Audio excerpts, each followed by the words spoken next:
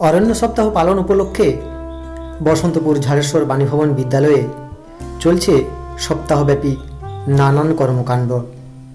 আজ চলছে প্রসেশন। শিক্ষক মহাশয়গণ ছাত্রছাত্রীদের নিয়ে প্রসেশনে বেরিয়ে পড়েছেন। আসলে গ্রামের মানুষকে সচেতন করে তোলা এবং ছাত্রছাত্রীদের মধ্যে সচেতনতা বৃদ্ধি এর মূল কারণ। এরপর ছাত্রছাত্রীদের নিয়ে চলছে গাছ লাগানো। আসলে এই পৃথিবীকে সবুজ করে তুলতে হবে, আর তার জন্য দরকার ছাত্রদের। তাই ছাত্ররাই পারে এই পৃথিবীকে সবুজে সবুজ করে তুলতে।